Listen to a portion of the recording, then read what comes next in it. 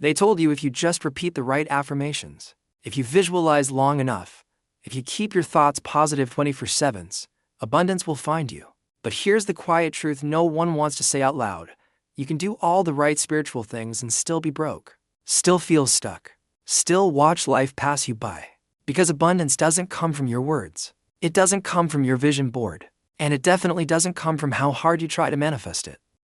Abundance is not something you chase, it's something you embody. And until your energy reflects the version of you who already has, no affirmation in the world can override that contradiction. That's the real reason most people struggle. They affirm prosperity while vibrating lack. They visualize success while feeling unworthy. They chase results while unconsciously resisting them. It's not your fault. You've been conditioned to believe that effort is the engine of results. That if you say it enough times, it will finally come true. But the truth is, manifestation isn't mental gymnastics. It's vibrational alignment. And there is one shift, one sacred, subtle adjustment that opens the floodgates. No rituals, no repetition, just a retuning of who you are being. And once that shift happens, everything begins to rearrange. You stop trying to fix your finances, and money starts flowing in. You stop grasping for love, and genuine connection finds you. You stop forcing success, and doors begin to open. In this video, I'm going to walk you through that one shift, how to make it, how to stabilize it, and how to finally live from the energy of already having. This is not a video to watch passively. It's a conversation with your highest self, and it might just be the one that changes your life. We've been taught to hustle for our worth, to earn our desires, to prove, perform, and push our way into a better life. And when the spiritual world co-opted this belief, it dressed it up in new clothes, affirm more, visualize harder, do your morning routine with perfect discipline, stay high vibe no matter what. But underneath it all was the same outdated lie, that effort creates abundance. Let's get honest. How many times have you forced yourself to repeat affirmations, while deep down, your heart whispered, this isn't true? How often have you written your desires 10 times in a journal, hoping it would finally make them come to life, only to feel more disconnected after? The reason this doesn't work isn't because you're doing it wrong. It's because these practices, when rooted in lack, amplify the very thing you're trying to escape. Effort, no matter how spiritual it looks, is still resistance if it's built on the belief that you are not yet enough. Affirmations spoken from anxiety don't heal, they separate. Visualizations born from desperation don't attract, they chase. And rituals done with tight fists don't open portals, they build cages. Here's the deeper law. You do not manifest what you say. You manifest what you are. Your subconscious, the creative engine behind your reality, doesn't speak English. It speaks emotion. It speaks resonance. It listens to your state, not your words. So while your lips declare I am abundant, your body says, I don't feel safe. While your vision board screams freedom, your vibration whispers scarcity. And the universe always responds to the dominant signal. You can't fake your frequency. No amount of affirmation will override a core belief that you're still lacking. And that's what this shift is all about. Not replacing one thought with another, but dropping the mental effort altogether and shifting into the frequency that says, I no longer need to convince. I simply allow. This is not laziness. It's receptivity. This is not passivity. It's power. Because the moment you stop trying to get, you begin to receive. In spiritual terms, effort is the language of the ego, trying to create through separation. Alignment is the language of the soul, creating through union. This is the turning point for so many. When you realize your real work is not in forcing thoughts, but in choosing states. Not in saying what you want, but in becoming the one who already has it. And this is especially true in the realm of relationships. Are you tired of attracting the wrong people and ending up in frustrating relationships? The truth is, the love you receive reflects the energy you radiate. If you want to build deeper, healthier, and more abundant connections, you need to shift your energy. In my book, The Law of Attraction in Relationships, I'll show you how to transform your energy and attract the kind of love you truly deserve. Stop repeating the same mistakes, start your transformation now. Click the link pinned in the first comment and dive in. Imagine walking into a room where someone is smiling, saying all the right things, but you can feel the tension underneath. The anxiety behind the smile, the insecurity behind the charm. Now imagine walking into another room where someone says very little, but their presence calms you. They radiate ease, wholeness. Their energy speaks louder than words ever could. That's the power of vibration. We are energetic beings broadcasting constantly, not just through our voice, but through our state. This is what Florence Scovel Shinn called your invisible atmosphere. Neville Goddard called it the state of consciousness. Esther Hicks calls it the vibrational set point, and science, too, now confirms it, that our electromagnetic field, especially generated through the heart, is not only real, but measurable. We don't just influence the world through action, we shape it through frequency. So here's the pivotal truth most people overlook. Your inner atmosphere, not your outer action, is the real magnet for abundance. You may think abundance is about what you do, working harder, applying strategies, optimizing your time. But if your inner world is soaked in fear, doubt, and lack, you'll keep pushing abundance away. You may meet all the right people, send out the right messages, post the perfect content, but if your inner signal is saying, "I'm not enough, I don't belong, I need to prove myself," then those people won't stay. The opportunities won't stick. The results won't feel real. This is why so many people rise fast and then fall. They took action from a state that wasn't stable. They reached success, but their vibration couldn't hold it. You cannot build a lasting reality on top of an unstable inner field. So the real work, the only work that truly lasts, is this: shift your inner atmosphere first. Let your state become the signal. You don't need to earn abundance. You need to tune to it. Think of your inner state like a radio station. If you're on 88.5 FM, the frequency of fear, doubt, and striving, you won't hear the music playing on 101.1 FM, the frequency of joy, ease, and overflow. It's not that the abundance isn't there. It's that you're not tuned to receive it. This is why so many people feel like they're doing everything right, yet nothing moves. Because their hands are busy, but their hearts are still closed. Their goals are clear, but their energy is cloudy. And the universe doesn't respond to what you want. It responds to who you are being. Here's the spiritual law at work. What you embody, you magnetize. The reason this truth is so liberating is because it breaks the illusion that you have to chase, fix, or fight for your desires. You don't. You only need to change the atmosphere within you.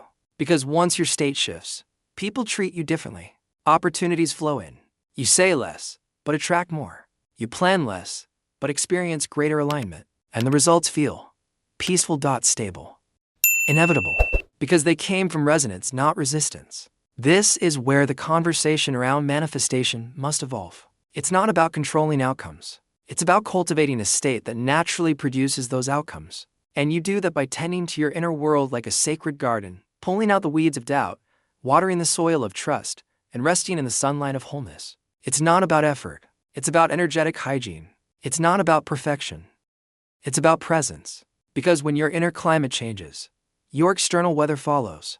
Most people stay stuck not because they don't want enough, but because they want too much. That sounds strange, doesn't it? But wanting, in its energetic form, is rooted in absence. It says, "I don't have this yet. I need it. I'm waiting." And every time you feel that longing, no matter how spiritual your language, you are reinforcing the gap. In the realm of manifestation, wanting is the vibration of lack. Having is the vibration of wholeness. And the universe doesn't respond to your desires, it responds to your state. This is the shift most people never make. They stay in the loop of wanting, writing goals, chasing signs, refreshing their bank app, checking their inbox, rewatching manifestation videos. All of that activity might look aligned, but vibrationally it screams, "It's not here yet. It's not mine. I'm not enough until I get it." But true manifestation doesn't begin when you want more. It begins when you no longer need to want, because you've become the version of yourself who already has. Let that settle in. You are not trying to attract the thing. You are becoming the person who naturally receives it. This is the principle Neville Goddard called living in the end. Not hoping, not asking, not even affirming, but dwelling in the consciousness of already having. Wanting money keeps you broke. Wanting love keeps you lonely. Wanting peace keeps you anxious. But embodying the version of you who is already resourced, already loved, already at peace, collapses the timeline and brings it into now. Because when your state shifts to "I have," your vibration aligns with the frequency of receivership. And receiving is always instant, not in time, but in feeling. Here's a simple test. When you think of your desire, do you feel yearning or fulfillment? Do you feel tension or ease? Do you feel separate from it or connected to it? That feeling tells you your real vibrational address. To shift from wanting to having is not to fake it till you make it. It's to practice the feeling of the wish fulfilled, not just intellectually, but emotionally. Try this. Imagine the moment after it happens. Not the peak moment, but the quiet afterglow. Where are you? How does your body feel? What becomes unnecessary? What finally softens inside you? That softness, that exhale, is the doorway to receivership. That's what Joseph Murphy meant when he said, "Your subconscious mind accepts what you feel is true. So feel the truth of already having." You don't need to visualize it perfectly. You don't need to script it 1,000 times. You only need to access the inner sensation that says, "It's done. It's mine. I'm safe now." From there, something miraculous happens. You stop grasping. You stop pushing. You stop praying from panic. And instead, you rest in the knowing. You move as if it's already true. You walk through life with a quiet confidence that becomes magnetic. And everything starts shifting around you. Because your vibration is no longer a cry for help. It's a signal of abundance. And abundance always answers its match. Are you tired of attracting the wrong people and ending up in frustrating relationships? The truth is, the love you receive reflects the energy you radiate. If you want to build deeper, healthier, and more abundant connections, you need to shift your energy. In my book, The Law of Attraction in Relationships, I'll show you how to transform your energy and attract the kind of love you truly deserve. Stop repeating the same mistakes. Start your transformation now. Click the link pinned in the first comment and dive in. You've heard the phrase, "You have to feel it to heal it." But in the realm of manifestation, it's deeper than that. You have to become it to receive it. The mind is a helpful tool. It creates clarity, vision, and direction. But if your desires stay in the mind alone, they never take root. They remain ideas, not identities. Wishes, not embodiment. And that's where most people get stuck. They know what they want. They say the right affirmations. They believe in the laws. But they haven't practiced the vibration in the body. They haven't stabilized the emotional frequency. They haven't inhabited the version of themselves who already lives that reality. And that's the missing link. True manifestation is not about thinking differently. It's about feeling and behaving from a new state of being, before anything outside of you changes. That's embodiment. And here's the beautiful part. You don't need anything external to begin. The body is a tuning fork. It's not only a vessel, it's a transmitter. And every thought, every emotion, every breath carries a frequency. So the question becomes, how do you bring the state of already having into the body? Here's a practice you can begin right now. No crystals, no apps, no external tools. Just you. Step 1. Enter stillness. Find a quiet space. Sit or lie down. Close your eyes. Breathe deeply, not to control, but to allow. Let your awareness drop from your head, to your chest, to your belly. Feel gravity holding you. Feel safety and stillness. Step 2. Access the identity. Now ask gently, what does the version of me who already has this feel like? Don't try to see images. Focus on sensations. What's their posture? Their breathing rhythm? Is there a sense of ease, warmth, or expansion in the chest? Do the shoulders drop? Does the jaw soften? Let the body remember what it's like to feel secure, chosen, abundant. Even if your mind doubts, trust the emotion. Step 3. Anchor the state. Once you find a subtle feeling of having, anchor it physically. Place a hand on your heart. Whisper gently, "This is who I am now." Or even simpler, "I have it." Feel the resonance echo in your cells. Breathe it in. Let it settle like truth. If resistance comes, thoughts like "this is fake" or "I'm just pretending," let them pass like clouds. You are not arguing with the old self. You are choosing the new self. Step 4. Live from the embodied state. Now take that feeling into your day. Walk a little slower. Smile a little deeper. Pause before reacting. Speak with assurance. Not to perform, but because something inside you has shifted. This isn't fake it till you make it. This is feel it till you become it. Over time, your nervous system adapts. Your subconscious reorients. Your energy stabilizes. And the world, faithfully, mirrors back the new signal. You'll notice synchronicities, sudden opportunities, people responding differently, ideas arriving with clarity. And it all starts with this daily choice, to live as the one who already has. You don't need to feel it 24/7. You only need to return to it consistently with sincerity, not strain. That's what Neville meant when he said, persist in the assumption. That's what embodiment is, not effort, but persistence in identity. And eventually, it becomes effortless. It becomes who you are. Have you ever noticed this strange paradox? When you chase something, money, love, validation, it seems to run faster. But when you relax, let go, and root into who you really are, it starts to come to you. This is not magic. It's magnetism. You were never meant to chase. You were meant to radiate, but chasing has been programmed into you. From a young age, you were taught that reward comes from pursuit. that you must prove, earn, compete, and outperform. Even in spirituality, this mindset shows up. Chase the next technique. Chase the next guru. Chase the next high vibe moment. But all chasing begins with one core belief: I am not enough now. Something out there will complete me. And that belief, no matter how spiritual your efforts, radiates lack. Let me say this clearly. Chasing is a repelling frequency. It tells the universe, I don't have it yet. I need it. And so, the universe mirrors that energy right back. But when you shift into radiance, the story changes. Radiating means you already are the thing you use to pursue. You've become the source. You're no longer seeking. You're being. This is why you can walk into a room and feel someone's energy before they say a word. They're not trying to impress. They're settled in themselves. They're not projecting need. They're emanating presence. That's the real power. So, how do you move from chasing to radiating?